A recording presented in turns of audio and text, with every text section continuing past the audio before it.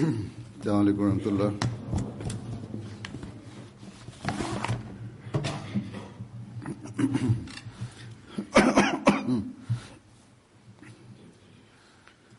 أشهد أن لا إله إلا الله وحده لا شريك له وأشهد أن محمدا عبده ورسوله أما بعد فأعوذ بالله من الشيطان الرجيم بسم الله الرحمن الرحيم الحمد لله رب العالمين الرحمن الرحيم مالك يوم الدين إياك نعبد وإياك نستعين اهدنا الصراط المستقيم صراط الذين أنعمت عليهم غير المغضوب عليهم ولا الضالين.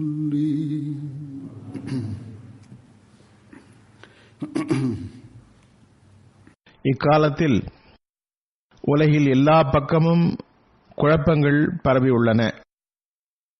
சில இடங்களில் மார்க்கத்தின் பெயரால் பரவியுள்ளன. சில குழப்பங்கள் சில உலகியல் சக்திகள் தமது பெருமையை நிலைநாட்டுவதற்காக ஏற்படுத்துகின்றன. சில குழப்பங்கள் ஏழை பணக்காரன் பிரச்சினையினால் பரவியுள்ளன. சில குழப்பங்கள் அரசியல் கட்சிகள் ஆட்சிகளை காப்பாற்றுவதற்காக உருவாக்குகின்றன. சில குழப்பங்கள் வீடுகளில் உருவாகின்ற சண்டைகள் பிரச்சனைகள் காரணமாகவும் ஒருவர் மற்றவரின் உரிமையை தராத காரணத்தாலும் குழப்பங்களும் சண்டைகளும் ஏற்படுகின்றன. சில நேரங்களில் பாரம்பரிய பெருமையை நிலைநாட்டுவதற்காக குழப்பம் செய்ய முயற்சி செய்யப்படுகின்றது. சில நேரங்களில் தமது உரிமையை வாங்குவதற்காக தவறான வழிமுறைகளை கையாண்டு குழப்பம் ஏற்படுத்த முயற்சி செய்யப்படுகிறது.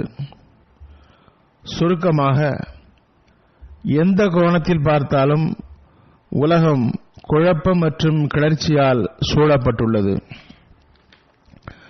அதிலிருந்து ஏழைகளும் பாதுகாப்பாக இல்லை, பணக்காரர்களும் பாதுகாப்பாக இல்லை, முன்னேற்றமடைந்த நாடுகளும் அதிலிருந்து பாதுகாப்பாக இல்லை, அல்லது குறைவான வளர்ச்சி அடைந்த நாடுகளும் அல்லது வளர்ச்சி அடையாத நாடுகளும் பாதுகாப்பாக இல்லை.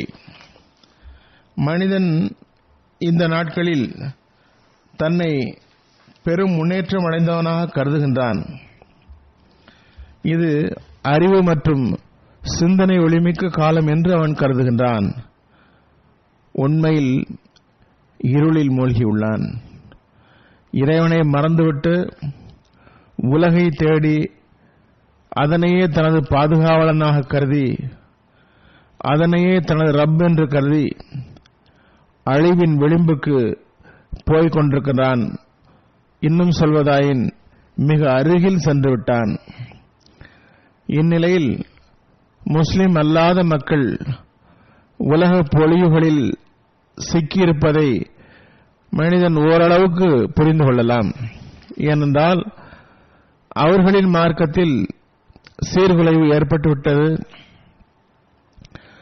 அவர்களை அல்லாஹ்வின் பக்கம் வழிகாட்ட அவர்களின் மார்க்கம் திரண்ட மற்றும் முழுமையான ஒரு தீர்வை எடுத்து வைக்கவில்லை. ஆனால் முஸ்லிம்களின் மீது வியப்பு என்னவென்றால், அவர்களிடம் ஒரு திரண்ட முழுமையான வேதம் உள்ளது.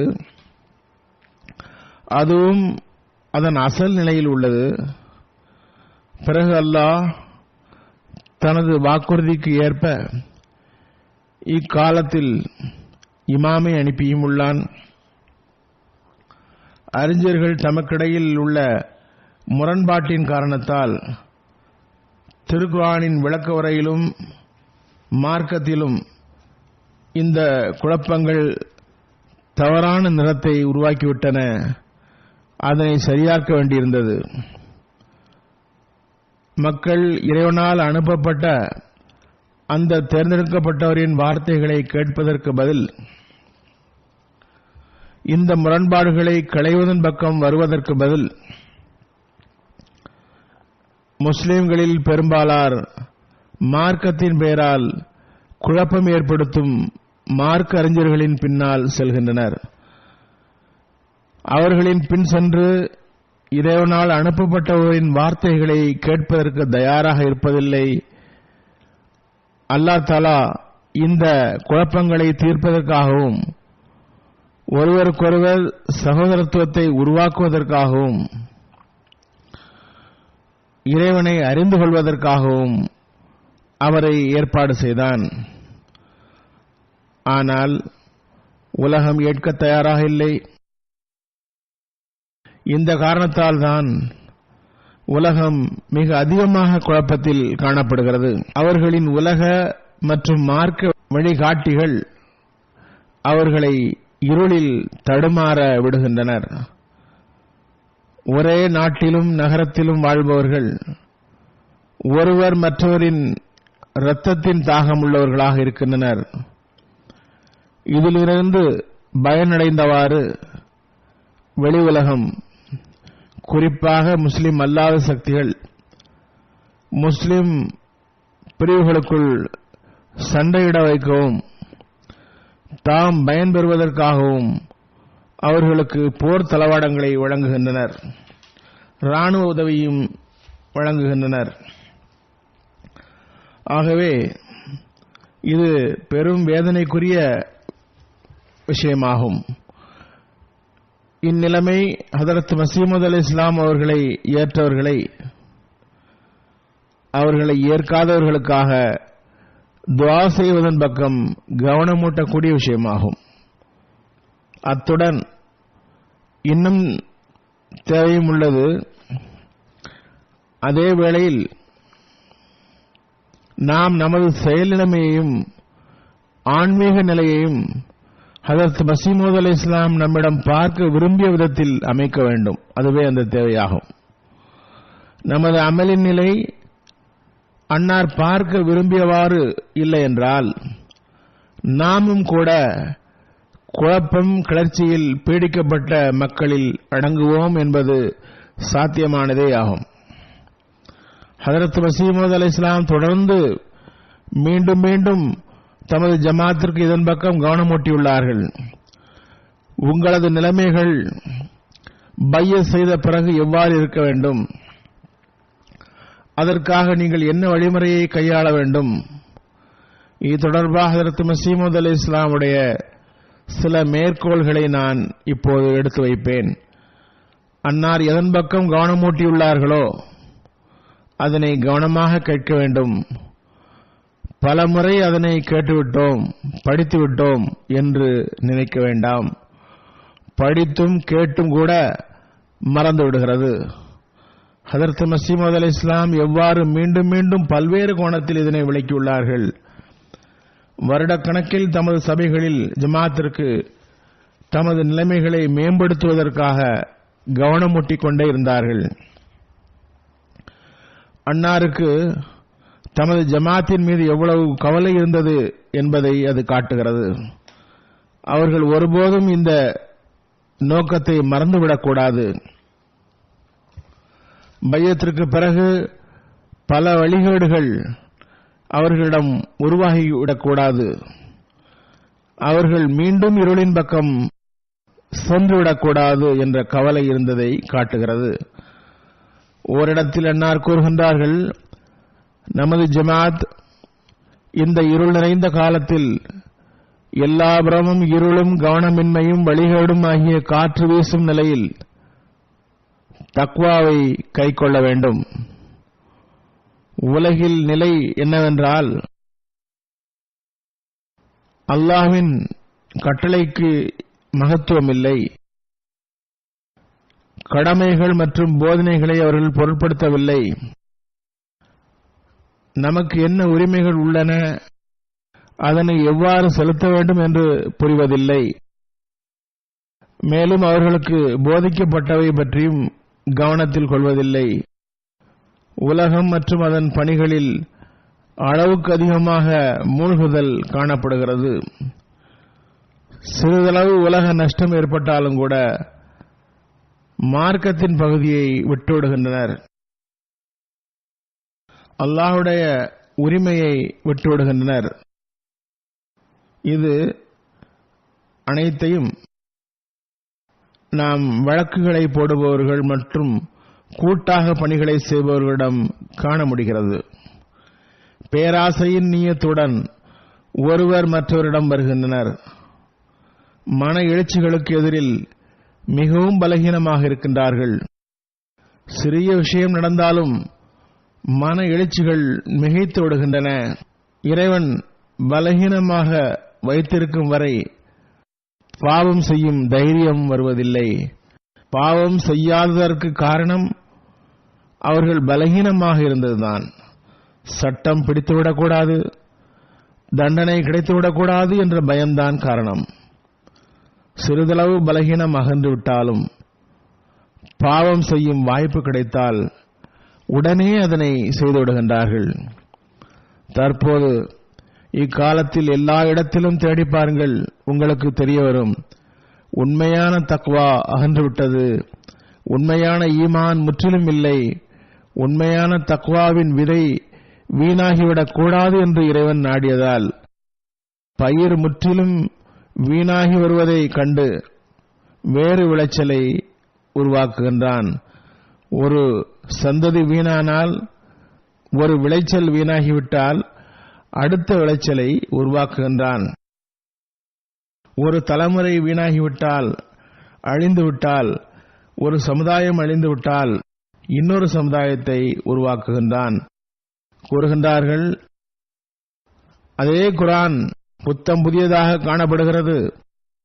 இறைவன் கூறியது போன்று, இன்னா நஹ்னு நஸல்னா ஸிக்ர வ இன்னா லஹு லஹாஃபிதூன், நாமே இந்த குர்ஆனை இறக்கினோம், நாமே இதனை பாதுகாப்பவராகவும் இருக்கின்றோம்.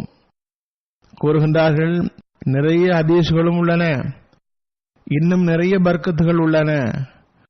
ஆனால் உள்ளங்களில் ஈமானும் அமலின் நிலைமையும் காணவில்லை. அல்லாஹ் என்னை அதற்காகவே அனுப்பினான், அவற்றை மீண்டும் உருவாக்குவதற்காக. மைதானம் காலியாக இருப்பதை இறைவன் பார்த்தான்.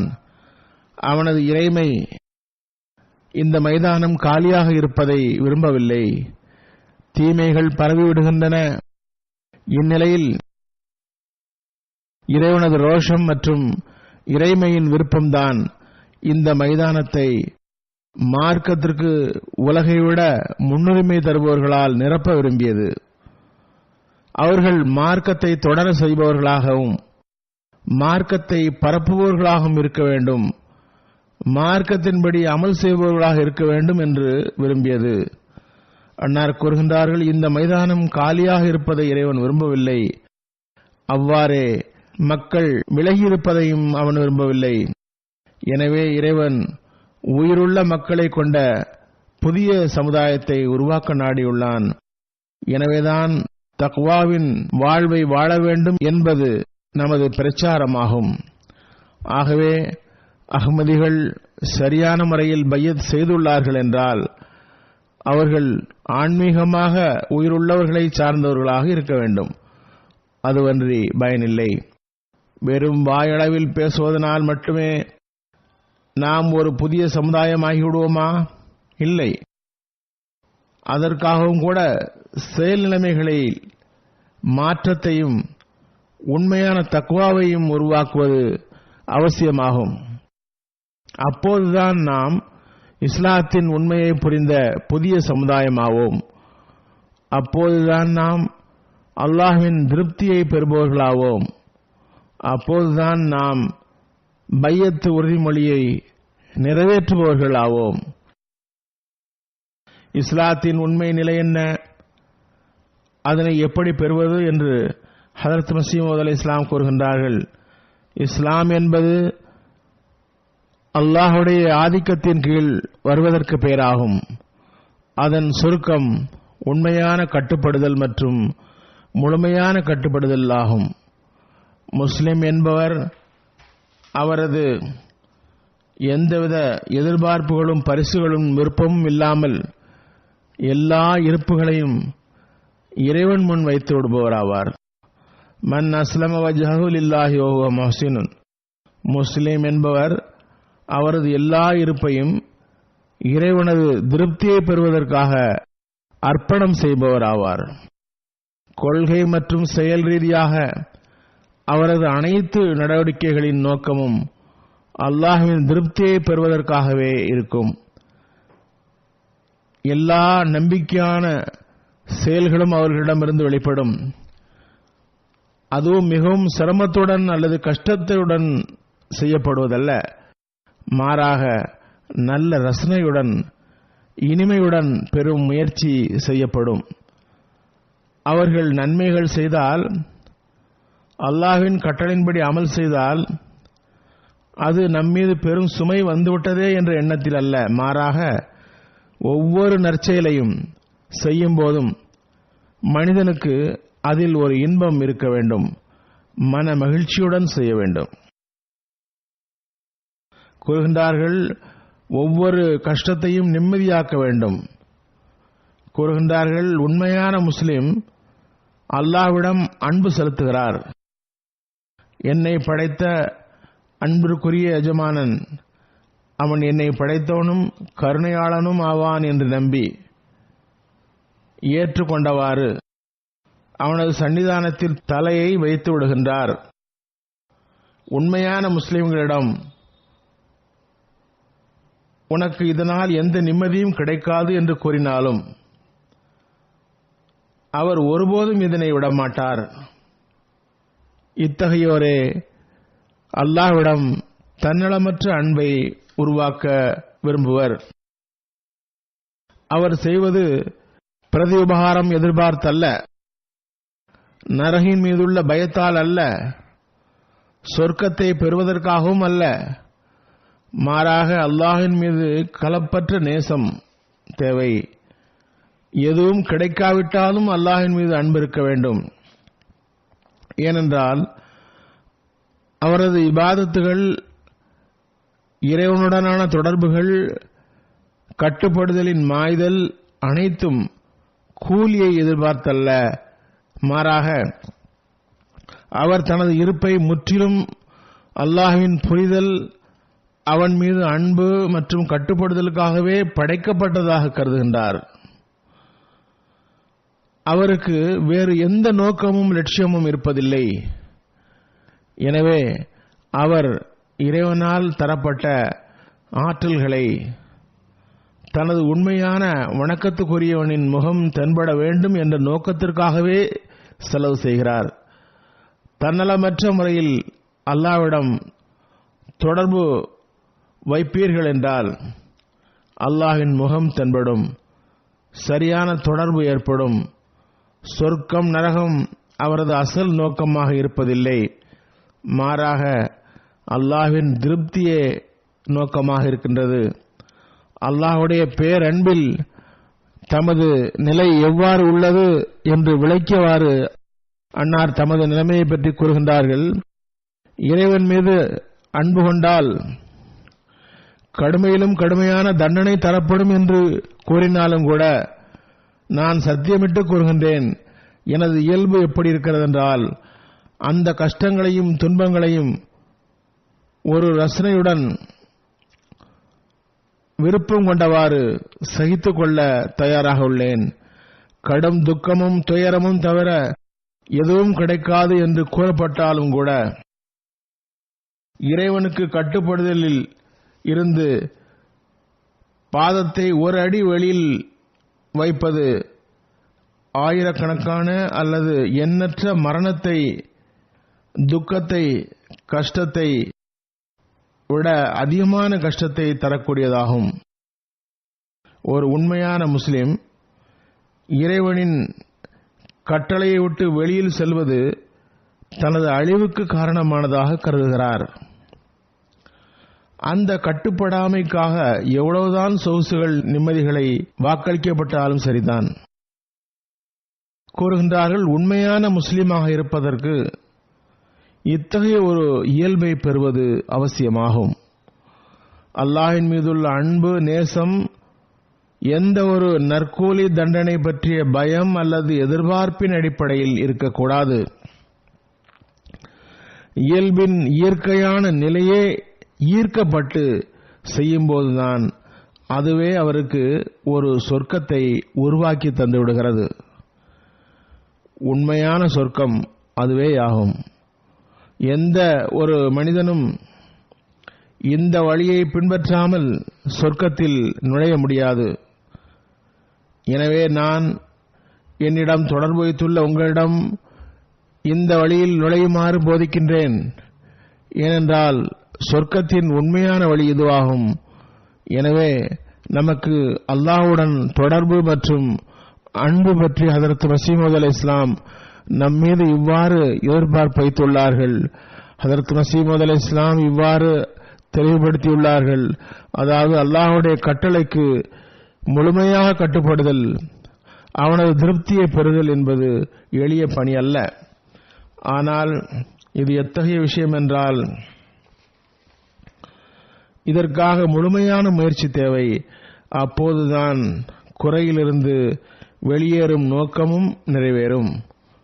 எனவே அன்னார் தாமே அந்த கேள்வியை எழுப்பி, அதாவது கட்டுப்படுதல் என்பது எளிய பணியா என்ற கேள்வியை எழுப்பியுள்ளார்கள். பிறகு கூறுகின்றார்கள், எவர் முழுமையாக கட்டுப்படவில்லையோ அவர் இந்த இயக்கத்திற்கு கெட்ட பெயர் ஏற்படுத்துகின்றார். கட்டளைகள் ஒரே மாதிரியானவை அல்ல. நிறைய கட்டளைகள் உள்ளன. சொர்க்கத்திற்கு பல வாசல்கள் உள்ளன. ஒருவர் ஒரு வாசல் வழியாக நுழைகிறார், இன்னொருவர் இன்னொரு வாசல் வழியாக நுழைகிறார். அதேபோன்று நரகத்திற்கும் பல வழிகள் உள்ளன. நீங்கள் அதன் ஒரு வாசலை மூடிவிட்டு இன்னொரு வாசலை திறந்து வைக்காதீர்கள். பிறகு கூறுகின்றார்கள், நினைவில் கொள்ளுங்கள், உண்மை நிலையை தன்னிடம் உருவாக்காமல் வெறுமே பெயரை எழுத வைப்பதனால் ஒருவர் ஜமாத்தில் இணைந்துவிட இயலாது. கூறுகின்றார்கள், ஒருவருக்கொருவர் அன்பு செலுத்துங்கள், உரிமைகளை பறிக்காதீர்கள், இறை வழியில் பைத்தியக்காரரை போன்று ஆகிவிடுங்கள். இறைவன் உங்கள் மீது அருள் புரிவதற்காக. அவனுக்கு வெளியில் எதுவும் இல்லை. அல்லாஹ்வின் அருளை பெறுவதற்காக முழுமையான ஈமான் கொள்ளுதல், அமல் செய்தல் அவசியமாகும். செயல் உதாரணமாவது, இனிப்பை உண்ணாமல் இனிப்பு என்று நாவால் கூறுவதனால் நாக்கு இனிக்கப் போவதில்லை. அதுபோன்று அல்லாஹ்வின் மீது அன்பு மற்றும் ஏகத்துவம் என்று வாயளவில் ஒப்புக்கொள்வதனால் செயல் பங்கு இல்லாமல் எந்த பயனும் விளையாது. அமலின் பங்கு நிரூபணமாவதற்கு உலகில் சுமையை இறக்கிவிட்டு மார்க்கத்திற்கு முக்கியத்துவம் தர வேண்டும். அன்னார் கூறுகிறார்கள், நமது ஜமாத் இறைவனை மகிழ்ச்சிப்படுத்த விரும்பினால் மார்க்கத்திற்கு முன்னுரிமை தரட்டும். மார்க்கம் உங்களுக்கு முன்னுரிமை பெற்றதாக இருக்க வேண்டும். அன்னார் எச்சரிக்கின்றார்கள், உங்களுக்குள் பற்று விசுவாசம் இல்லை என்றால் நீங்கள் பொய்யர்கள். அத்தகைய நிலையில் எதிரிகளுக்கு முன் பற்று விசுவாசமற்றவர்கள்தான் அழிந்து போவார்கள். கூறினார்கள், அல்லாஹ் ஏமாற மாட்டான், அவனை ஏமாற்றவும் முடியாது. எனவே நீங்கள் உண்மையான களப்பற்ற தன்மை மற்றும் உண்மையை உருவாக்குங்கள். மார்க்கத்திற்கு உலகை விட முன்னுரிமை தருவது குறித்து விளக்கியவாறு கூறினார்கள், எவ்வாறு இதனை நீங்கள் பெறுவீர்கள்? சஹாபாக்கள் எவ்வாறு அதற்கு முன்னுரிமை தந்தார்கள்? நீங்கள் எவ்வாறு அதற்கு முயற்சி செய்ய வேண்டும் என்று விளக்கியவாறு கூறுகின்றார்கள். பாருங்கள், இருவகை மக்கள் உள்ளனர். அவர்கள் இஸ்லாத்தை ஏற்றுக்கொண்டு விட்டு உலகியல் பணிகளில் மூழ்கிவிடுகின்றனர். ஷைத்தான் அவர்கள் தலையின் மீது சவாரி செய்கின்றான்.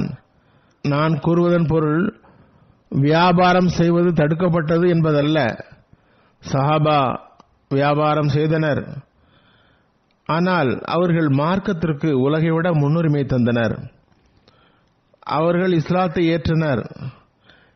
இஸ்லாம் பற்றிய அறிவை நிச்சய உறுதியால் உள்ளம் நிறைந்துவிடும் அளவுக்கு பெற்றனர். அதனால் தான் எந்த ஒரு மைதானத்திலும் ஷைத்தானிடம் தோற்கவில்லை.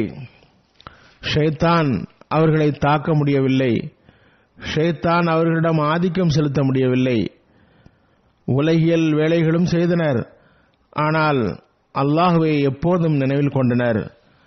எந்த ஒரு விஷயமும் அவர்களை உண்மையை வெளிப்படுத்துவதிலிருந்து தடுக்க முடியவில்லை. அன்னார் கூறுகின்றார்கள், நான் கூறுவதன் பொருள் இதுதான். முற்றிலும் உலகின் அடியார்களாக ஆகிவிடுபவர்கள், உலகை வணங்குபவர்கள் மீது ஷைத்தான் தனது ஆதிக்கத்தை செலுத்துகின்றான்.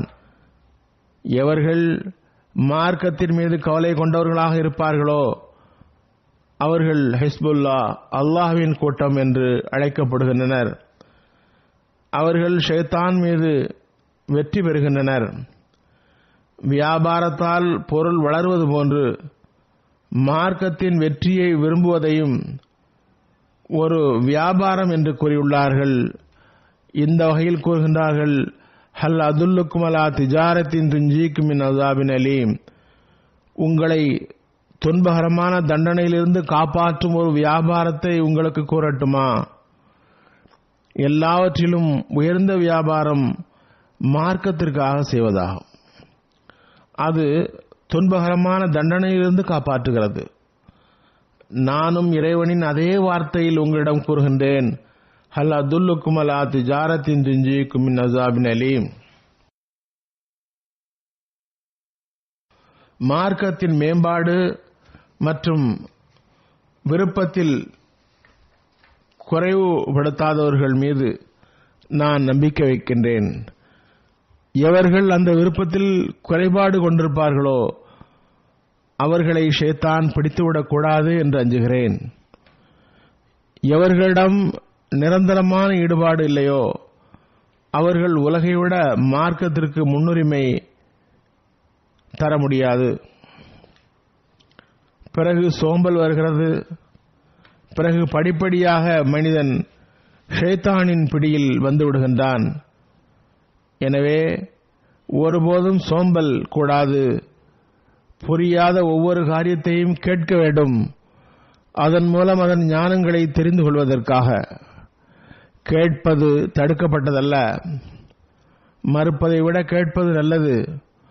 ஒருவர் ஏற்றுக்கொள்ளவில்லை, அந்நியராக இருக்கிறார் எனில் நீதியின் விளைவு என்னவென்றால் அவர் கேட்க வேண்டும். செயல் மேம்பாட்டிற்காக அவர் அறிவை பெற வேண்டியது அவசியம். கேள்வி கேட்பது அவசியம். எவர் அறிவு மேம்பட வேண்டும் என்று விரும்புகின்றாரோ அவர் திருக்குர்ஆனை ஆழ்ந்து படிக்க வேண்டியதும் அவசியமாகும்.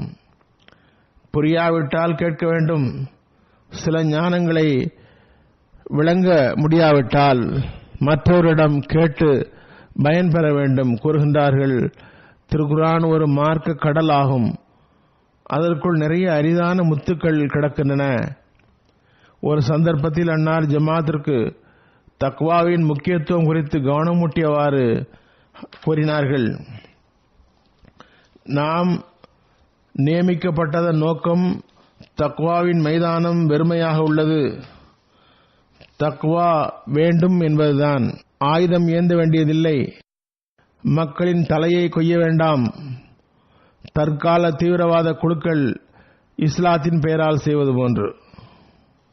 மாறாக மார்க்கத்தை பரப்ப வேண்டும், மார்க்கத்தை பிரச்சாரம் செய்ய வேண்டும், மார்க்க பயிற்சி தர வேண்டும். அதற்காக முதலில் உங்களுக்குள் தக்வாவை உருவாக்குங்கள். தக்வா இருந்தால் பிறகு எல்லா பணிகளும் மெதுமெதுவாக ஆரம்பமாகிவிடும். கூறினார்கள், ஆயுதம் ஏந்த வேண்டியதில்லை, அது ஹராம் ஆகும். நீங்கள் தக்வாவை கைக்கொள்வீர்கள் என்றால் முழு உலகம் உங்களிடம் இருக்கும். எனவே தக்வாவை உருவாக்குங்கள். எவர்கள் மது அருந்துகிறார்களோ அல்லது எவர்களுடைய மார்க்கத்தில் மது அருந்துவது அதிக நடைமுறையில் உள்ளதோ அவர்களுக்கு தக்வாவுடன் எந்த தொடர்பும் இருக்க முடியாது. அவர்கள் நன்மையுடன் யுத்தம் செய்கிறார்கள். ஆகவே அல்லாஹ் நமது ஜமாத்திற்கு அத்தகைய ஒரு நற்பேற்றை தருவானாக, அவர்களுக்கு வாய்ப்பளிப்பானாக. அவர்கள் தீமைகளுடன் போரிடுவார்களாக. இறையச்சம், தூய்மை என்ற மைதானத்தில் முன்னேறுவார்களாக. அதுவே பெரும் வெற்றியாகும். அதனை விட பெரும் பொருள் வேறு எதுவும் கிடைக்கப் போவதில்லை. வாளால் யுத்தம் செய்ய வேண்டியதில்லை. முதலில் தக்வாவை பெறுவதற்காக உங்கள் நஃப்ஸ்களுடன் யுத்தம் செய்யுங்கள். பிறகு மனிதன் மற்றவர்களுக்கு இந்த தூதை எடுத்து சொல்ல முடியும். அதனால் மற்றவர் கோபம் கொள்ளாமல் இருப்பார்கள். இப்போது உலகில் உள்ள எல்லா மார்க்கங்களையும் பாருங்கள். அங்கு அசல் நோக்கமாகிய தக்வா, இறையச்சம் மறைந்துவிட்டது. உலகியல் வனப்புகள் இறைவனாக்கப்பட்டுள்ளன. உண்மையான இறைவன் மறைந்துள்ளான். உண்மையான இறைவன் இழிவுபடுத்தப்படுகின்றான். இறைவன் நாடினால் நீங்கள் ஒப்புக்கொள்ள வேண்டும். உலகிற்கு ஞானம் கிடைக்க வேண்டும். எவர்கள் உலகினை இறைவனாக்கியுள்ளார்களோ அவர்கள் இறைவன் மீது நம்பிக்கை கொண்டவர்களாக ஆக முடியாது. ஆகவே ஒவ்வொருவரும் தம்மை ஆய்வு செய்ய வேண்டும். இறைவனின் உரிமையை செலுத்துவதற்கு பதில் உலகில் நோக்கங்களை பெறுவதற்கு மட்டும் நாம் முயலவில்லையே. நமது நோக்கம் உலகில் நோக்கங்களை பெறுவதற்காக மட்டுமே இல்லையே. இறைவனது உரிமையை செலுத்த வேண்டும் எனில் பிறகு மார்க்கத்திற்கு முன்னுரிமை தர வேண்டும்.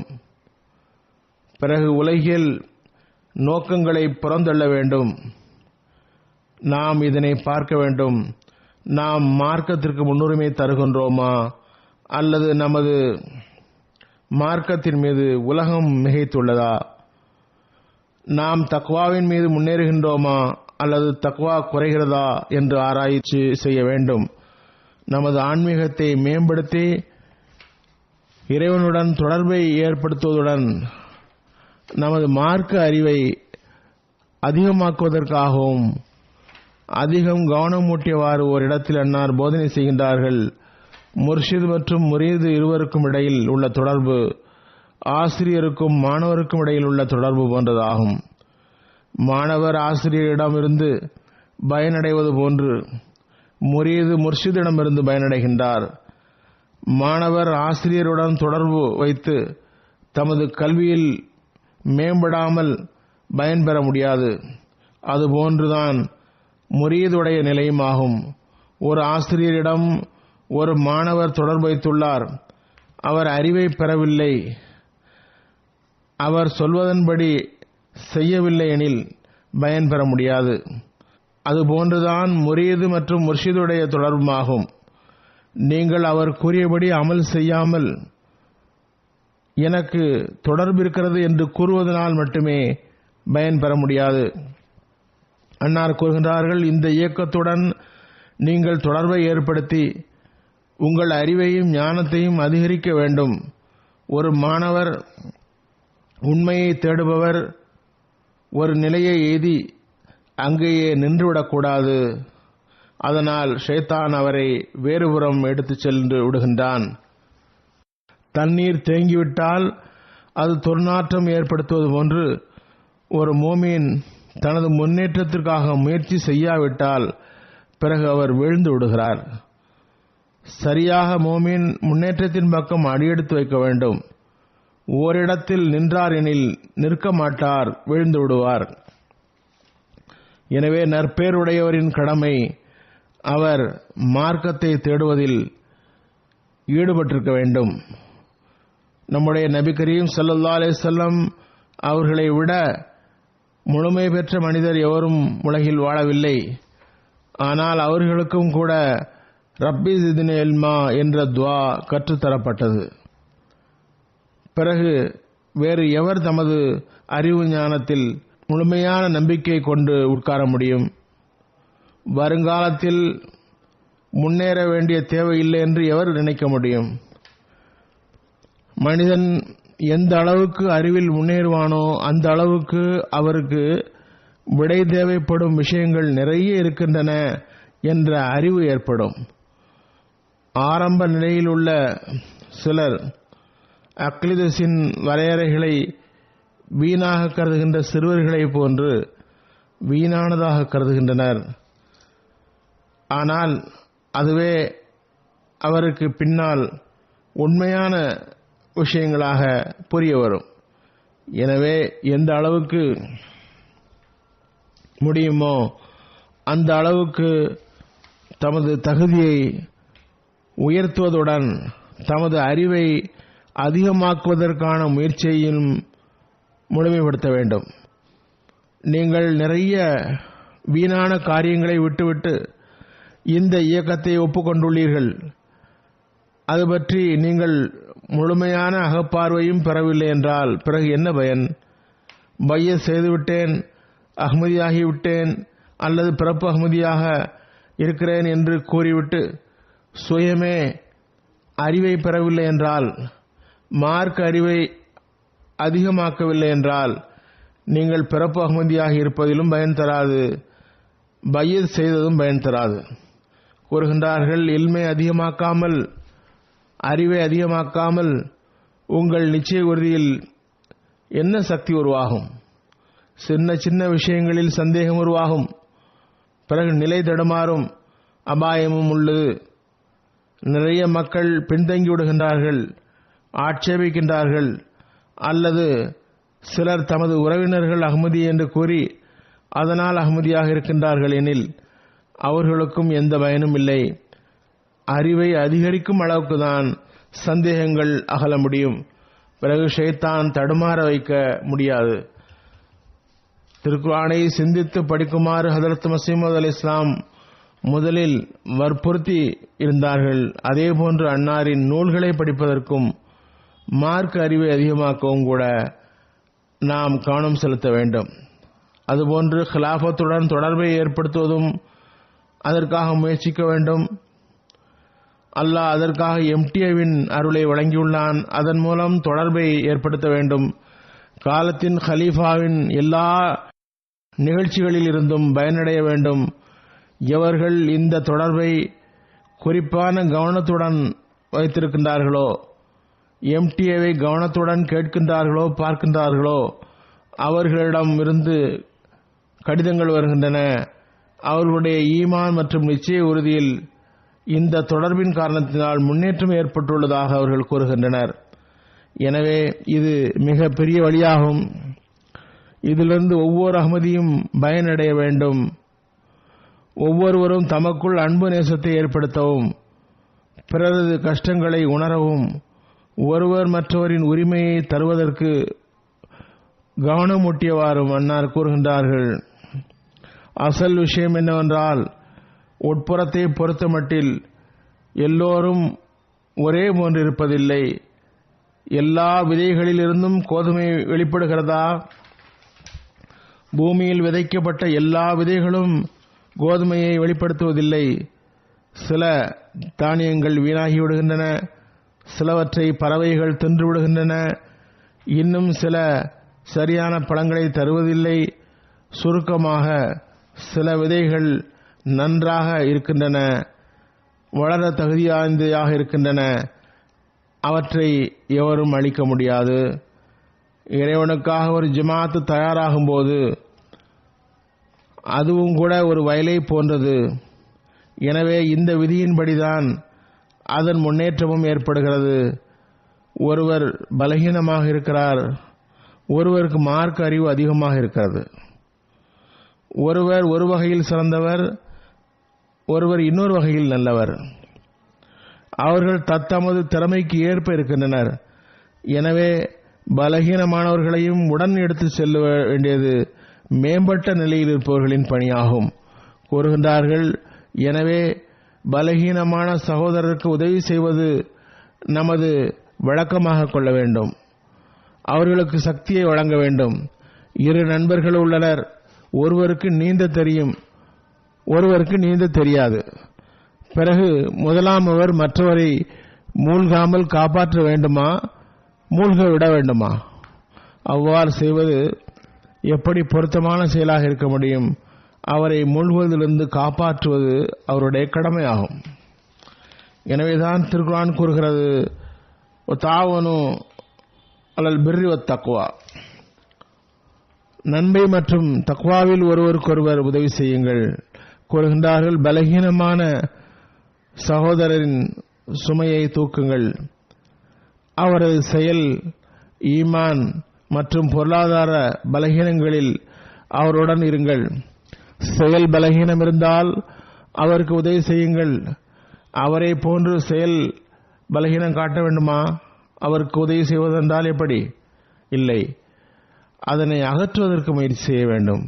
ஈமானில் பலகீனம் இருந்தால், உங்கள் ஈமான் உறுதியாக இருந்தால் அவரது ஈமானை காப்பாற்ற முயற்சி செய்ய வேண்டும். பொருளாதார பலகீனம் இருந்தால், உங்களால் பொருளாதார உதவி செய்ய முடிந்தால் செய்ய வேண்டும். அல்லது ஜமாத் அமைப்பிடம் கூறுங்கள். என்றளவு ஜமாத் அமைப்பு அவருக்கு உதவி செய்யும். உடல் ரீதியான பலகீனத்துக்கும் கூட சிகிச்சை செய்யுங்கள். வெளிப்படையான உடலியல் பலகீனம் இருந்தால் அவரது நோயின் வேளையில் சிகிச்சை செய்யுங்கள்.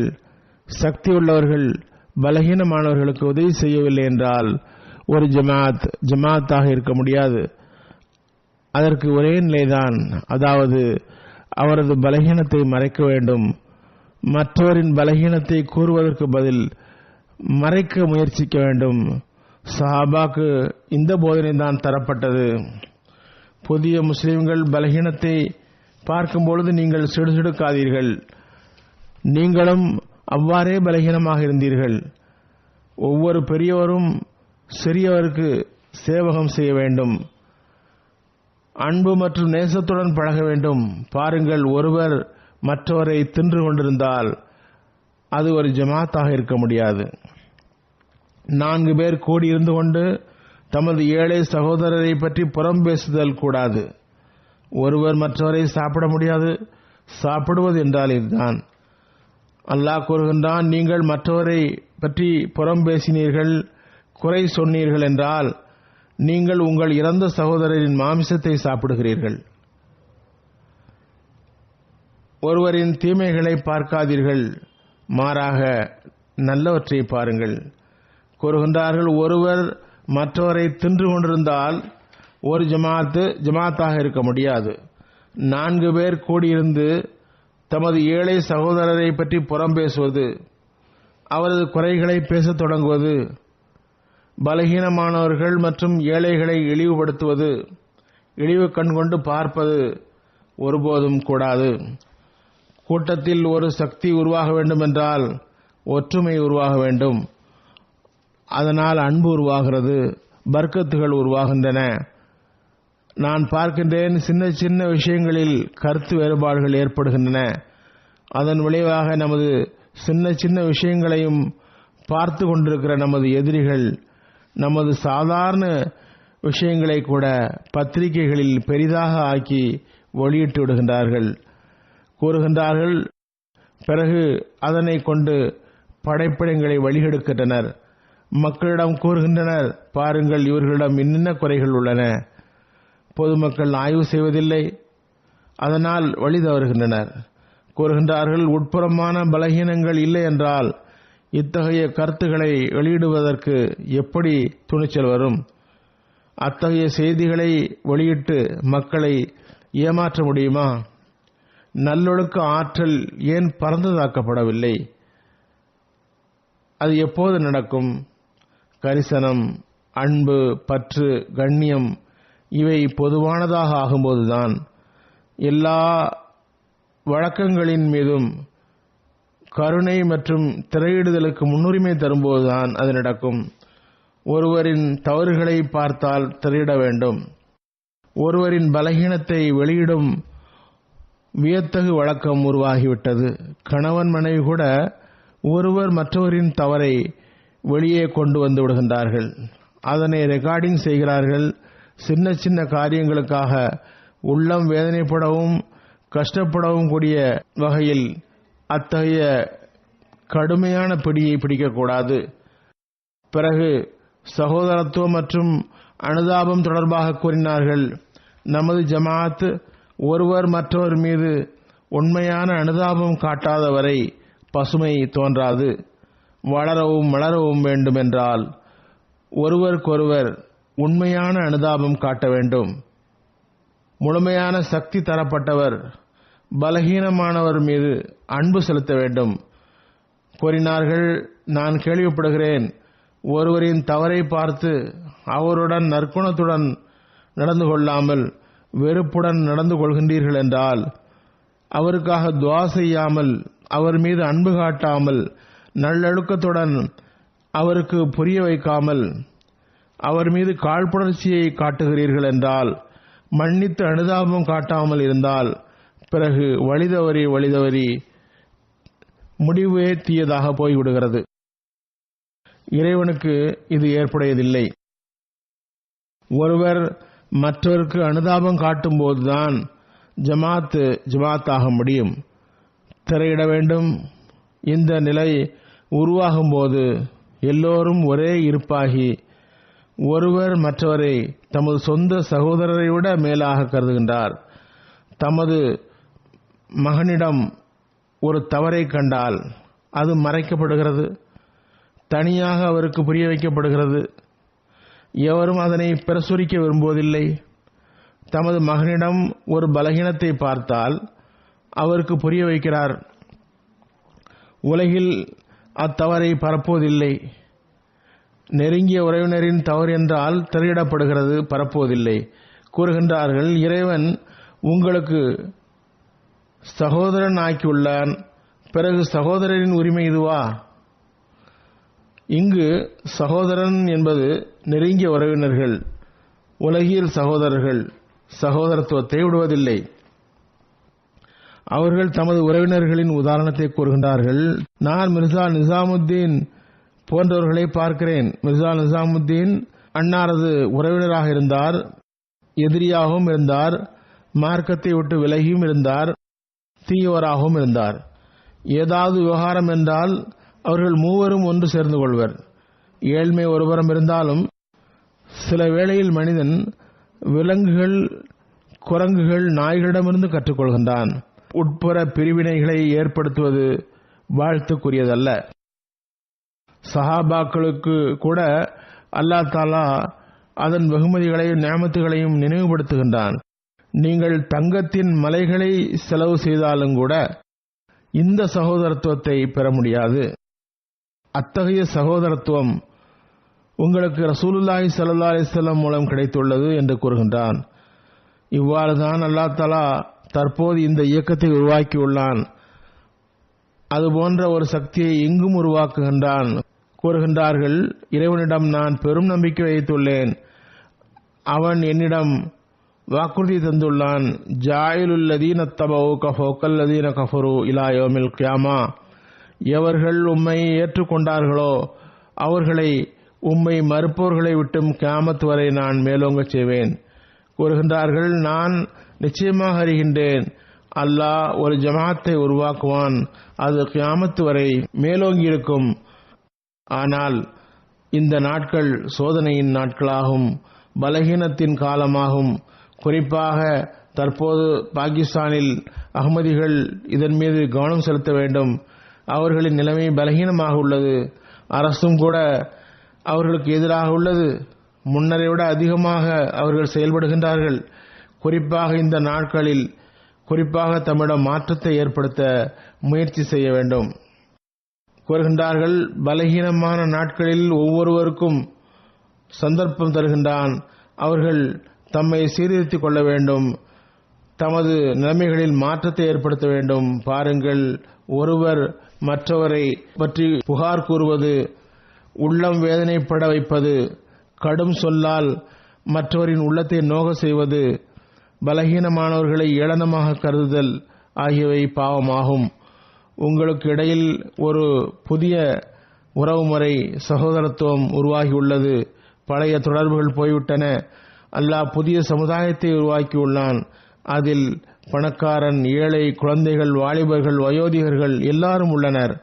எனவே ஏழைகள் தமது கண்ணியத்திற்குரிய சகோதரர்களுக்கு மரியாதை செலுத்த வேண்டும். செல்வந்தர்களின் கடமை அவர்கள் தமது ஏழைகளின் மீது உதவி செய்ய வேண்டும். அவர்களை ஃபக்கீர்கள் மற்றும் தாழ்ந்தவர்கள் என்று கருதக்கூடாது. எனவே அவர்களும் சகோதரர்களாவர். தந்தைகள் வேறு வேறாக இருப்பினும் எல்லோருக்கும் ஆன்மீக தந்தை ஒருவர்தான். நீங்கள் ஒரே மரத்தின் கிளைகளாக இருக்கின்றீர்கள்.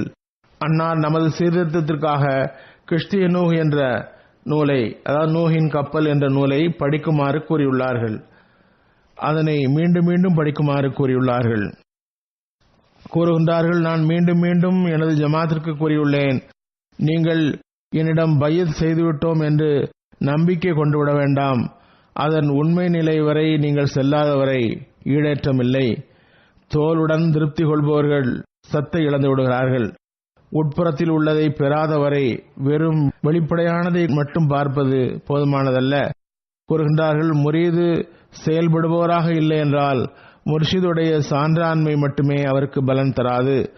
ஒரு வைத்தியர் ஒருவருக்கு மருந்து எழுதி தந்தால் அதனை அவர் மாடக்குழியில் வைத்துவிட்டால் அது ஒருபோதும் பயன் தராது. டாக்டரிடம் சீட்டு எழுதி வாங்கி அதனை பயன்படுத்தாதவரை நோய் சரியாகாது. அதே போன்றுதான் ஆன்மீக நோயாளியின் நிலைமையும் ஆகும். கேட்டதை அமல்படுத்தவில்லை என்றால் பயனில்லை. கூறுகின்றார்கள், ஒருபோதும் பயனில்லை. ஏனெனில் பயன் என்பது எழுதப்பட்டதை பயன்படுத்துவதன் விளைவாகும். அதிலிருந்து அவர் தன்னைத்தானே விலக்கி வைத்து விட்டார். ஆகவே நீங்கள் கிறிஸ்டிய நூஹை மீண்டும் மீண்டும் வாசியுங்கள். அதற்கேற்ப உங்களை ஆக்குங்கள். கதாஃபலஹமன் ஜக்காஹா, தனது நப்சை தூய்மையாக்கியவர் வெற்றி பெற்றுவிட்டார். கூறுகின்றார்கள், ஆயிரக்கணக்கான திருடர்களும் விபச்சாரர்களும் தீய செயல்களுள்ளவர்களும் மது அருந்துபவர்களும் ஹதரத் நபிகள் நாயகம் ஸல்லல்லாஹு அலைஹி வஸல்லம் உடைய உம்மத்தை சார்ந்தவர்கள் என்று தம்மை வாதம் செய்கிறார்கள். உண்மையில் அவ்வாறா? ஒருபோதும் இல்லை. உம்மத்தை சார்ந்தவர் என்றால் அவர்களின் போதனையின்படி முழுமையாக நடப்பவரே ஆவார். பிறகு நூஹின் கப்பல் என்ற நூலை ஜமாத் மக்கள் படிக்க வைக்கவும் அதற்காக கவனமூட்டுவதும் சம்பந்தமாகும். அன்னார் கூறுகின்றார்கள், நூஹின் கப்பல் என்ற நூலில் எனது போதனைகளை நான் எழுதியுள்ளேன். அது ஒவ்வொருவரும் புரிந்து செயல்படத்தக்கதாகும். ஒவ்வொரு நகரத்திலும் உள்ள ஜமாத்தும் கூட கூட்டம் நடத்தி இந்த நூலை அதில் படித்து காட்ட வேண்டும். தகுதியுள்ள அறிவுள்ள ஒருவரை அனுப்பி அவர் மூலம் படித்து காட்ட வேண்டும். வெறுமனே விநியோகம் செய்தால் 50,000 அளவுக்கு அதனை வெளியிட்டாலும் கூட அது போதுமானதல்ல. இந்த முறையில் இதனை செய்தால் ஒருமைப்பாடு ஜமாத்தில் உருவாகிவிடும். அதற்காக ஜமாத்தில் அதனை படிப்பதற்கு ஏற்பாடு செய்ய வேண்டும். அதேபோன்று எம்டிஏவிலும் அதனை படிக்க ஏற்பாடு செய்ய வேண்டும். ஒவ்வொருவரும் அதனை தமது வாழ்வில் அங்கமாக்க முயல வேண்டும். ஒவ்வொருவரும் தாமும் படித்து அதனை வாழ்வில் அங்கமாக்க வேண்டும். தீமைகளில் இருந்து தப்புவதுதான் ஒரு அஹ்மதியின் அடையாளம் என்று குறிப்பிட்டவாறு அன்னார் கூறுகின்றார்கள். உங்கள் பணி துஆ மற்றும் இஸ்திக்ஃபார், இறைவணக்கம், மன தூய்மையின் பக்கம் கவனம் செலுத்துதல் ஆகும். இவ்வாறு நீங்கள் உங்களை தகுதியுள்ளவராக்குங்கள். அல்லாஹ் தஆலா வெகுமதிகள் மற்றும் அருளுக்குரிய வாக்குறுதிகளை எனக்கு தந்துள்ளான். அது சம்பந்தமான முன்னறிவிப்புகள் நிறைவேறும் என்பதில் நிச்சய உறுதி உள்ளது. ஆனால் நீங்கள் அதிலிருந்து விலகி இருந்துவிடக்கூடாது. பொறாமை, காழ்ப்புணர்ச்சி, குறை காணுதல், பெருமை, அகம்பாவம், கட்டுப்படாமை, பாவத்தின் வெளிப்படையான வழிமுறைகள், சோம்பல், கவனமின்மை, இவற்றிலிருந்து தப்புங்கள். நினைவில் கொள்ளுங்கள், நல்ல முடிவு இரையச்சம் உள்ளவருக்கே உரியது. அல்லாஹ் கூறியது போன்று வல் ஆகிபத்து லில் முத்தகீன், எனவே முத்தகியாவதற்கு கவலை கொள்ளுங்கள். நன்முடிவு இரையச்சம் உள்ளவருக்கு தான் கிடைக்கும். அல்லாஹ் தஆலா நம்மை உண்மையான அஹ்மதியாவதற்கும் அன்னாரின் போதனைப்படி நடக்கும் வாய்ப்பும் தருவானாக. அல்லாஹ்வின் உரிமைகளை தருவோமாக, அவனது திருப்தியை பெறுவோமாக, நமது செயல்களை சீர்திருத்துவோமாக, நமது அறிவில் மேம்பட முயற்சி செய்வோமாக, அல்லாஹ்வின் அடியார்களின் உரிமையை செலுத்துபவர்களாவோமாக.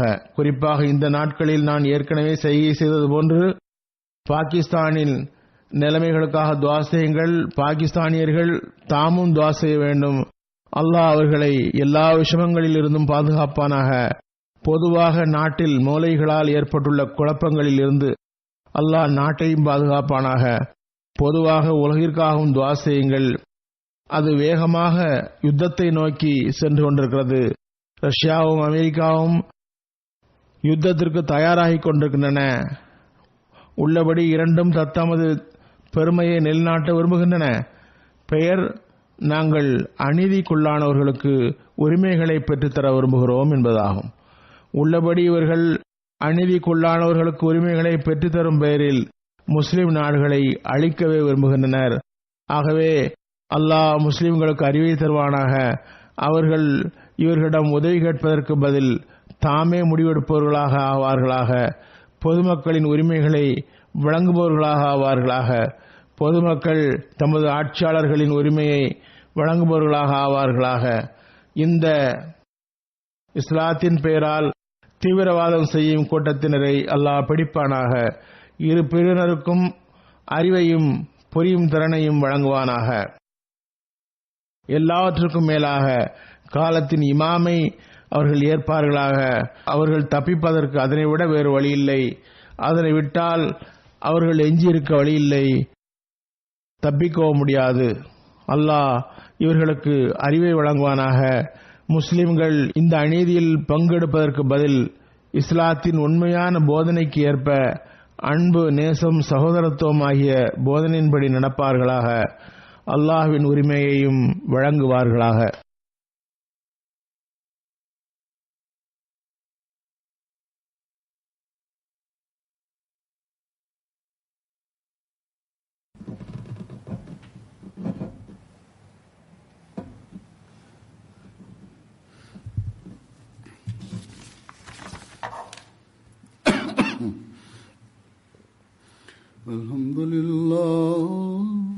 الحمد لله نحمده ونستعينه ونستغفره ونؤمن به ونتوكل عليه ونعوذ بالله من شرور أنفسنا ومن سيئات أعمالنا.